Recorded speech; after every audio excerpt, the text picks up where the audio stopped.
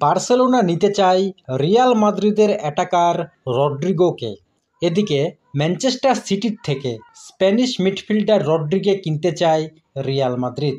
এই দুইটা নিউজ কিছুদিন ধরে সব জায়গাতে দেখা যাচ্ছে, কিন্তু কতটা সঠিক নাকি শুধুই রিউমার সেটাই আজকে এই ভিডিওতে জানাবো। বার্সেলোনার দরকার ছিল একজন প্রপার লেফট উইঙ্গারকে। মরশুমের শুরু থেকেই অনেকগুলো প্লেয়ারকে টার্গেট করেছিল, যেমন Nico Williams, Luis Diaz, Rafael Leao, Lookman আরও অনেক। এদের মধ্যে নিকো উইলিয়ামসকে তো প্রায় নিয়েই ফেলেছিল, কিন্তু শেষ মুহূর্তে ডিল কোলাপস করে। নিকো তার প্রেজেন্ট ক্লাব অ্যাথলেটিক বিলবাওয়ের সাথে লম্বা চুক্তি করে। আগামী 10 বছর সে তার পুরনো ক্লাবেই থাকবে। এদিকে লিভারপুল লুইস ডিয়াজকে ছাড়তে বড় টাকা ডিমান্ড করেছে, প্রায় 80 মিলিয়ন ইউরো তারা ট্রান্সফার ফি চেয়েছে, যেটা কিনা বার্সেলোনা দিতে পারেনি। শেষমেশ ইংল্যান্ডের মার্কস রাশফোর্ডকে সাইন করে লোন ডিলে, কিন্তু তারপর থেকেই রিউমার শোনা যাচ্ছে বার্সেলোনা নাকি রিয়াল মাদ্রিদের থেকে ব্রাজিলের রড্রিগোকে নিতে চায়। সত্যি বলতে এটা একটা বেসলেস নিউজ, কারণ বার্সেলোনা অলরেডি একজন লেফট উইঙ্গারকে সাইন করে নিয়েছে, যাকে আবার রেজিস্ট্রেশন করতে হলে অন্য একজন প্লেয়ারকে টিম থেকে ছাড়তে হবে। এই পজিশনে আর কোনো প্লেয়ার দরকারই নেই। গত বছর রাফিনা এই পজিশনে দুরন্ত ফুটবল খেলেছে, তাই বলাই যায় রাফিনাই প্রথম চয়েস থাকবে লেফট উইঙ্গে।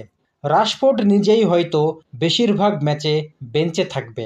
বার্সেলোনার অ্যাটাক এই মুহূর্তে কমপ্লিট আছে, তার উপর রিয়াল মাদ্রিদের থেকে বার্সেলোনা প্লেয়ার নিতে পারবে না। রড্রিগো নিজেই মাদ্রিদ ছাড়তে চাচ্ছে না, আবার লিভারপুল, বায়ার্ন মিউনিখের মতো দলগুলো তাকে নিতে চাইলেও রিয়াল মাদ্রিদ 100 মিলিয়ন দাবি করছে।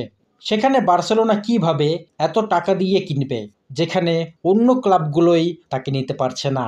তাই এটা শুধুমাত্র একটা রিউমার। এমনকি ফুটবলের বিখ্যাত সাংবাদিক ফ্যাব্রিজিও রোমানো পোস্ট করেছে যে বার্সেলোনা কোনোদিন রড্রিগোকে নিতেই চায়নি। এটা একটা ফেক রিউমার ছড়িয়েছে চারিদিকে। এবার দেখা যাক রড্রিকে নিয়ে। ব্যালন ডিওর জয়ী মিডফিল্ডার রড্রিকে রিয়াল মাদ্রিদ নিতে চায়। শোনা যাচ্ছে জাবি আলোনসো নিজেই রড্রিকে পছন্দ করেছে, আর রিয়াল মাদ্রিদের প্রেসিডেন্ট পেরেজকে সে জানিয়েছে। এটা নিশ্চিত রিয়াল মাদ্রিদ একজন মিডফিল্ডারকে নিবেই। অনেক দিন ধরেই এই পজিশনে প্লেয়ার খুঁজছে মাদ্রিদ। জাবি আলোনসো নতুন কোচের পদে যোগ দেওয়ার পর থেকেই একজন মিডফিল্ডারকে ডিমান্ড করেছে সে, যে কিনা টনি ক্রুসের মতো গেম কন্ট্রোল করতে পারবে। কিন্তু মাদ্রিদ এখনও কোনো মিডফিল্ডারকে সাইন করতে পারেনি। ফিফা ক্লাব ওয়ার্ল্ড কাপে আর্দা গুলারকে সেন্ট্রাল মিডফিল্ডে খেলিয়েছিল, আর ভালো পারফরমেন্সও দিয়েছিল সে। কিন্তু আর্দা গুলারকে দিয়ে পুরো মরশুম চলবে না, তাই জাবি আলোনসো একজন প্রপার গেম কন্ট্রোলার খুঁজছে, যে নিচ থেকে খেলা তৈরি করবে, আবার ডিফেন্সকেও সাপোর্ট দিবে। 110 মিলিয়ন ইউরো নিয়ে রেডি আছে পেরেজ, কিন্তু অত সহজে রড্রিকে কিনতে পারবে না মাদ্রিদ, কারণ রড্রির মতো প্লেয়ারকে সিটি কোনো মতেই ছাড়তে রাজি হবে না, বর্তমানে যে কিনা ব্যালন ডিওর জয়ী ফুটবলার। এখন দেখার রড্রি নিজেই মাদ্রিদে আসতে চায় কিনা।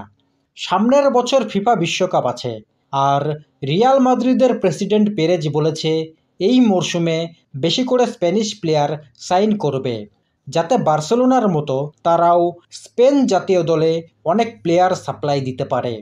অলরেডি ডিন হাউসেন আলভারো কারারেসকে সাইন করেছে, আবার বি দলের থেকে গঞ্জালো গার্সিয়াকে প্রমোট করেছে প্রথম দলে, যে কিনা ফিফা ক্লাব ওয়ার্ল্ড কাপে টপ স্কোরার হয়েছিল। এদের সাথে কারবাহাল আর রাউল আসেন্সিও অলরেডি টিমে আছে। রড্রিকে নিতে পারলে 5 থেকে 6টা স্পেন জাতীয় দলের প্লেয়ার থাকবে রিয়াল মাদ্রিদ দলে।